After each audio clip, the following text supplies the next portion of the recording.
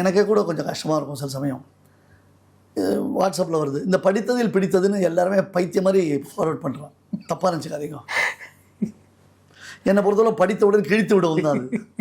ஏன்னா ராவணவதமானவன்னு ராமன் வந்து அங்கேருந்து அயோத்திக்கு வந்து பட்டாபிஷேகம் பண்ணிட்டார் அப்படின்றதுக்கு தீபாவளி ஐப்பசி இல்லையா?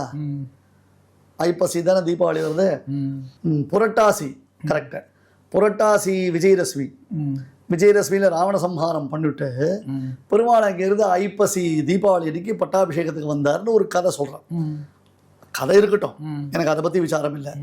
அதுக்கு அவள் என்ன பண்ணுறா, லங்கையிலேருந்து ஒரு ரோட் மேப் ஒன்று போடுறான். ரோட் மேப் போட்டு அந்த வருஷம் தீபாவளி எப்போ வந்துன்னா அதுலேருந்து 35 நாளோ 40 நாள்லேயே வந்தது பாருங்க. இங்கேருந்து வாக்கபிள் டிஸ்டன்ஸு கூகுள் மேப் பிரகாரம் பார்த்தா லங்கையிலேருந்து அயோத்திக்கு 40 days ஆகும்.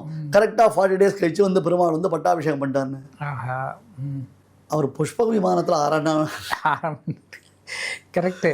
லங்கையிலேருந்து பெருமாள் கிளம்பி நேர அயோத்திக்கு வந்து ஒரு 10 நிமிஷம் பரத்வாஜ ஆசிரமத்தில் இருந்துட்டு அங்கே சாப்பிட்டுட்டு நேர அயோத்திக்கு போயிட்டாரு. இவன் 45 நாள் கேல்குலேட் போட்டு பை வாக்கு கொடுத்துட்டு இருக்கான்.